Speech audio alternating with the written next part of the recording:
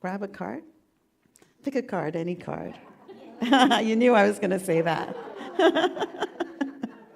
Oh, thank you.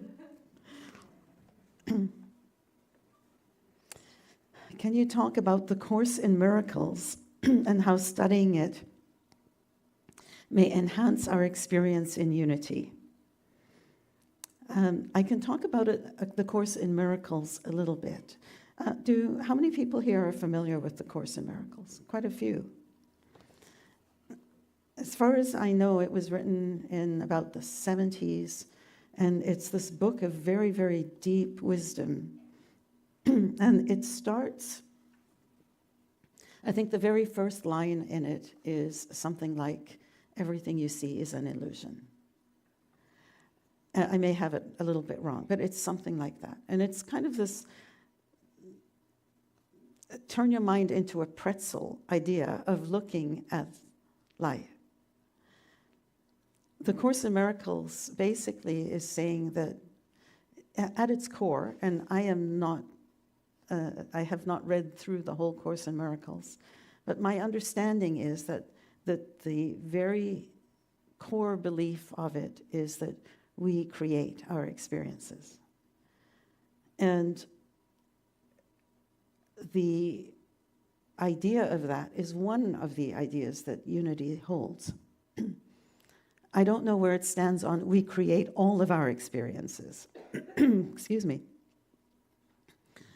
But what we believe is that many of our experiences to life are things that we can control and to some extent direct. We also believe, I believe personally, that because we live in an energy field in which we interact with other people, that it's not completely all up to us. That it's a relationship between how we are and what's happening in the world around us. And we're each interacting with the other all the time. So the Course in Miracles is a mind-opening approach to life that I would recommend anyone look at and read. It is exceptionally deep, and I have read maybe 3 or 4 pages of it many years ago, and then that's as far as I could manage at that time, because it was so very different. So I endorse it. What I read was awesome. And if you find that it's a little overwhelming because it's so very, very intense, then be okay with that too.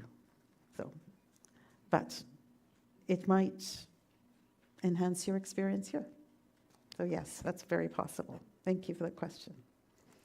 Want to try another card? I mean, I got enough here for a month. Oh, thanks. What do we mean when we say we interpret the Bible metaphysically? Oh, yes. So if you think of any story you've ever watched or heard, you can take it at its basic level, the level of, boy meets girl, they have an argument, they get married, they start a relationship, then they have an argument, they go away, they come back together, they get married, and life is wonderful. So you can read it that way, as an example. Or you can read it as something that's a little deeper, like, when this part argues with this part, sometimes the first thing we want to do is go away. But if we can work things out, we can, and kind of come to terms with things, then we can actually have a nice relationship. So that's kind of looking at things from a slightly different way. If you look at any story, there are layers at which you can interpret a story. And if you were to look at the story of, for example, creation in the Bible, first in Genesis 2, versus Genesis 3, some of the day orders are reversed in terms of when God created light and so on. And if you're willing to bear that difference, you could still choose to say that, the universe was created in 7 days. Or you could see it more as it's not really a day, it's a phase. And if you think of it that way, you can still sort of see a logical progression of how the universe might have been created by a being looking down and creating a universe. Or you could see it as a metaphor for any change, where there is a time for light and a time for darkness, and change how we see it in a way that has more resonance for us inside. So if I were to take an example, for example, the story of Jesus' birth. It's a lovely story. And it's a story about a child being born, a child of light coming into this world. Any child coming into this world is bringing light and joy. We all know that. We all see it anytime. Oh my gosh, I've been on like the SkyTrain when everybody is looking at nothing but their phones and kind of trying to ignore each other. And someone walks in with a stroller with a little baby and the whole room changes. Everyone starts goo goo gaga at that little baby. So the story is the story of Jesus' birth, but it can also be the story of us coming to a light, an awareness of our light. And if you look at it that way, if you look at any story that way, the story of David and Goliath, of, this little idea fighting this big system of ideas, you can again see it as a little guy overcoming the big guy, like underdog overcoming the bully, or you can see it as here's a new idea, something that I want to challenge my thinking about, and here's a way that I can do it. I'm not going to do it by hammering at it. I'm going to do it by just chipping away. So metaphorically, or metaphysically and metaphorically, are two other ways of looking at stories. First way is, as I mentioned, just looking at the story on its surface and enjoying it because they're fun stories. But metaphorically is looking at stories and how they apply to us in our lives outside. And metaphysically is how these stories actually show up within us, because we have Davids and Goliaths within us. We have a bully part of us and a curious part of us. We have a part of us that is longing to expand, as in the Christ story, the birth story. We have a part of us that is longing for light and order, as we see in the creation story. So if you look at these literal stories in the Bible, sometimes they don't make sense, and they can seem awfully harsh. And they're like, where's the loving God in this? But if you shift it into, how is this showing up in me? It can transform any story. Next time you go to the movies, watch for it. Watch and notice how you can be every character in the story. You can be the love interest longing for a relationship. You can be the love interest's friend who doesn't want to lose the friend, so is trying to sabotage the relationship. You can be all of these characters, and we play them all the time. That's why stories are so appealing. It's because we see ourselves in them. I'm not sure if that answers the question, but that's what I think of when, what do you mean when you say interpret metaphysically? Think of it as, don't be too attached to the literal, well, it was 7 days, therefore 24 hours. Instead, Look at how these things, these places, these people, these behaviors are showing up in my life, in us. Just put the word "in us" after any sentence, and it will transform any story for you. You could do any story.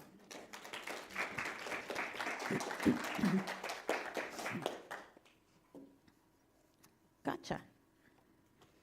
What were you doing yesterday?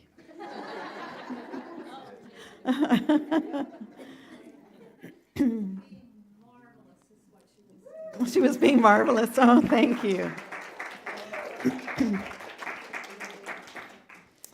What happened? Well, let's see. Starting in about, I guess it must have been in the middle of the summer, we were at youth group one night, and Chelsea and Nellie and Justin were there, and I was saying that a friend of mine was a curator for TEDx or something. Like something came up, and the word TEDx, TED Talks, came up. And both of them said, you should try and do a TED Talk. You should apply to do a TED Talk. So inspired by these beautiful people who are part of our community, I did. So yesterday, I was doing my first, maybe not my last, TEDx talk. And I have a frog in my throat. Yes, please. Yeah, so yesterday I did a TED Talk, a TEDx talk in Surrey, and a very large contingent of cheerleaders were there from Unity of New Westminster, and it was an amazing experience to look out and to actually see you, because the lights weren't completely dark, so I could actually connect and feel your love coming to me, and it was beautiful. It was totally fun. Pardon? What is a TED? Thank you for that. Thank you, Cindy. How much time do you have? Okay, a TED Talk is, you know how every week here we say we share ideas for calm, connected, contented living? Well, TED Talks are the non-religious, non-church way of kind of doing the same thing. Because what they do is they invite people from everywhere to share their ideas that might help to change the world. Ideas that are sometimes technical, like science-based, sometimes person-to-person based, sometimes a mix of those. But they're all ideas to encourage a shift in thinking. In Romans, I think it is, the line is, "Be transformed by the renewing of your mind." And TED Talks are the secular, the not religious way of sharing ideas, just like we do here every week, which is why these guys suggested that I do it, with an international community. So there were 1,000 people at TEDx Surrey yesterday, and there were many more watching the live stream.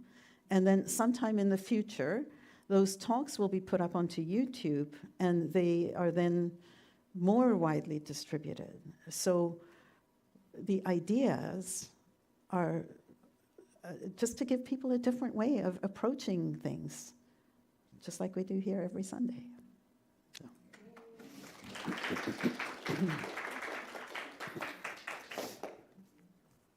And one or two more, let's see.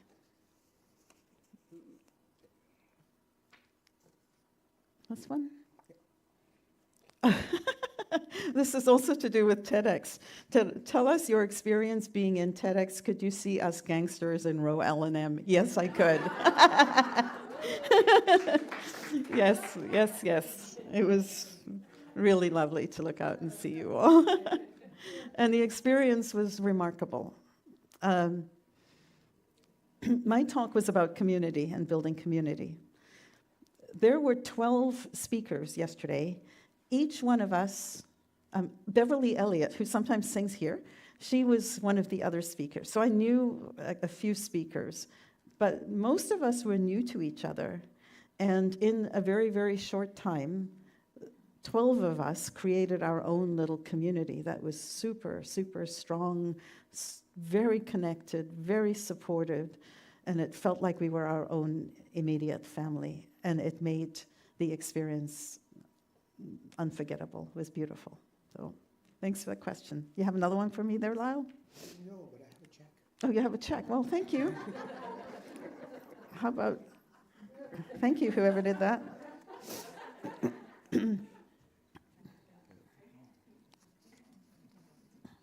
I'm always amazed at how many questions. Oh, I got that one. I guess I should have put those off to the side.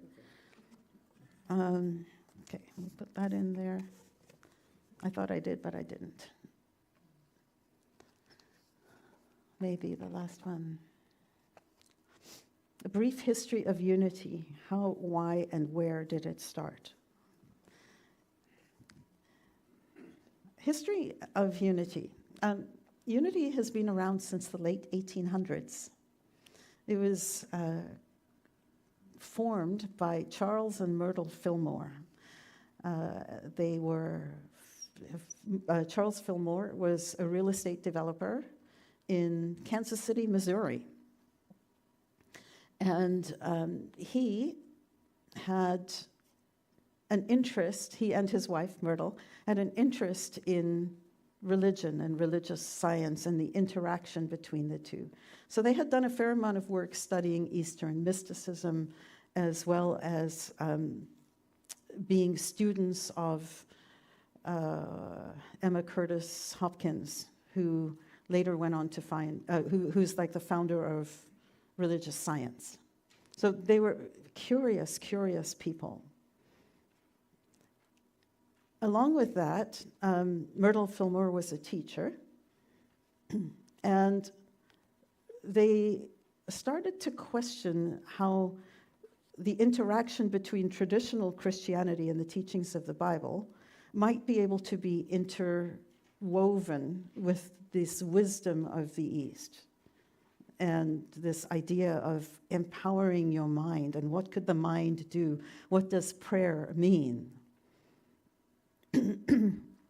And from that, they really focused on prayer. It became a prayer ministry to begin with, a healing ministry. Fillmore himself had one leg that was 2 inches shorter than the other.